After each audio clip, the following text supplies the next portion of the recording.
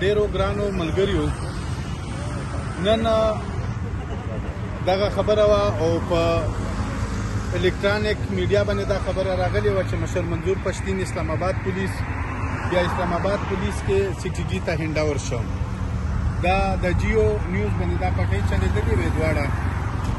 او نن زموږ ملګري سره زموږ د دې کسانو دلته سبا د سحر نه ناستو تر اوسه پورې چې ماښام منځونه شوي دي او ناوخت هم دی. دلته چې نن څومره متلکه کوټونه و هغه هم بند شو، خو تر اوسه پورې د مشر دا پته نه ولګېده چې آیا ته دلته راوړې پیش یې کړې. کم از کم په دې ملګریو کې چا نه دی لیدلی او چې د کوټ کومه معامله د هغې نه موږ پوښتنه وکړه چې دی دلته راوړی دی که نه دی راوړی، نو هغه هم په انکار کې وه. هغې وویله چې موږ ته داسې هیڅ معلومات نشته چې دی دلته راوړی دی یا کاغذي پروسس شوی دی.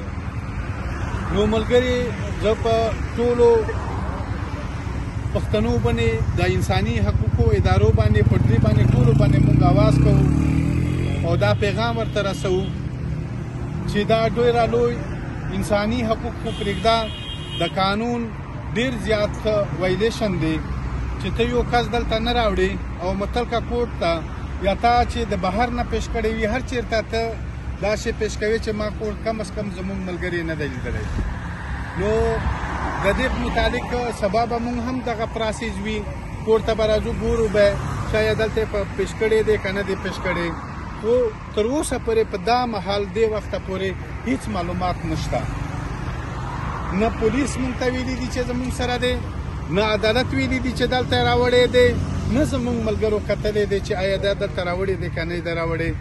نو دا صورتحال دی او ملګري مخته تکړه اوسئ.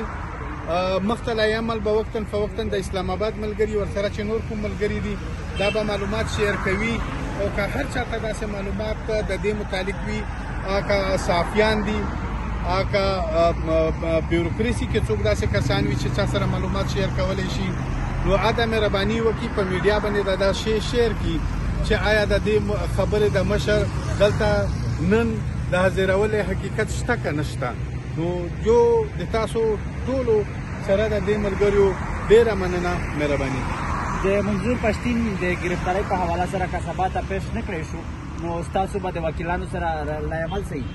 نو بالکل وکیلان خو نن هم زموږ سره دلته موجود وو، ټوله ورځ یې تېره کړله. نو سبا به بالکل وکیلانو سره به په دا شپه کې هم موږ خپل کانټیکټ ساتو. چې کومه عصمت بیبي ده دا او نور ملګري به خپل کانټیکټ ساتي، هغې سره به الله عمل تیاروو. په کوټونو کې به سبا پوښتنه کوو چې آیا دلته راغلی دی که نه دی راغلی. نو الله عمل به موږ خپل تیار کړو. هغه نور چې کوم کامل عمل دی د احتجاج عمل دی هغه تیار شوی دی، هغه کوم ته پیش شوی دی.